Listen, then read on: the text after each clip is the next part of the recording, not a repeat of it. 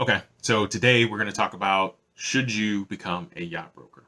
We're going to touch on your responsibilities, we're going to touch on compensation, and we're going to touch on lifestyle. So let's get right into it. So, responsibilities. Your responsibilities are to buy and sell a vessel for or to your client, right? So, what that means is if your client is buying a boat, it is your responsibility to find the boat that your client is looking for or something comparable to it. Okay. If your client is selling their boat, your responsibility is to find someone to buy that vessel at the price that your client would like to that at the price that your client would like to sell it at, or as close to it as you can get. Beyond that, your responsibilities are basically, depending on the brokerage that you're at, you'll have to find your own leads most times.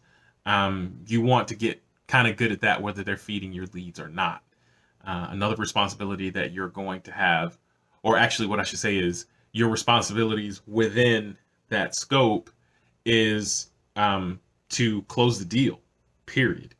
You want to take your buyer and or seller from finding a boat or finding a buyer all the way to the point of the deal has been closed, the paperwork is done, and now you are handing off the client, the paperwork, and the money to your closing department. Um, your responsibility in that spectrum has everything to do with how much weight the brokerage that you are working for wants to put on your shoulders.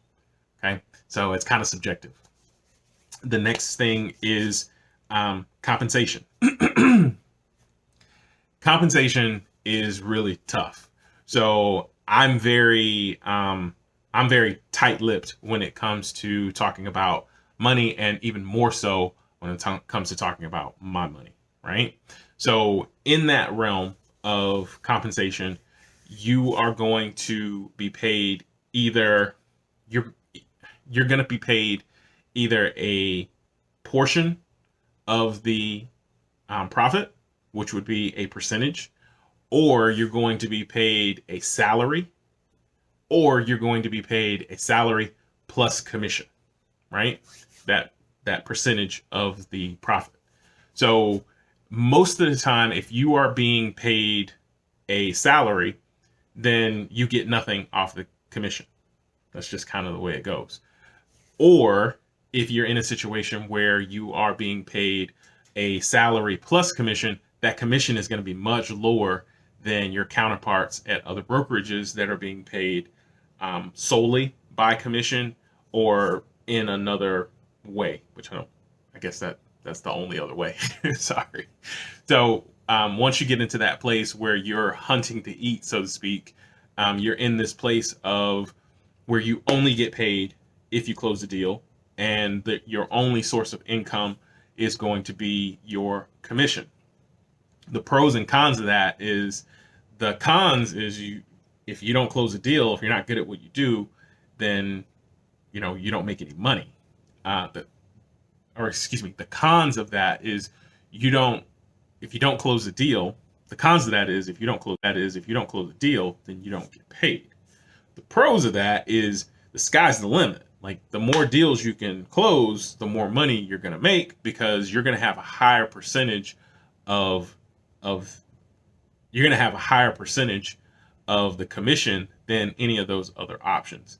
The percentage of the commission is decided by the percentage of the commission is decided between yourself and the brokerage.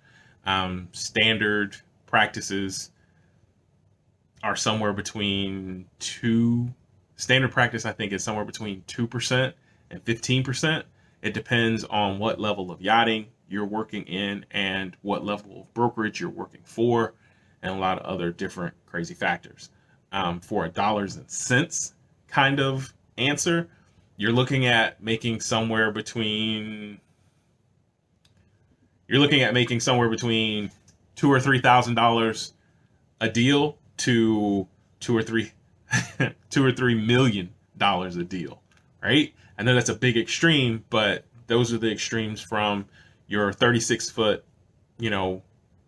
yacht class vessel to your 200 or 300 foot yacht class vessel. So you're going from well, there's nothing average about it, but you're going from, a 36-foot boat to a super yacht or mega yacht class vessel. So the money moves a little different the higher up you get. And then lastly, lifestyle. So with lifestyle, it's kind of up to you how much of the lifestyle you buy into. I know a lot of brokers that don't own a boat, never owned a boat, have no intentions of ever buying a boat. It's kind of crazy to me, but I've seen it. And then you have the guys that, they actively live the lifestyle. They've got 2 or 3 boats. It's a part of their life. It's what they want to do. It's my opinion that if you are going to sell the product, then you need to know a little bit about its use. That's just my personal opinion. Oh, looks like my lights are dead.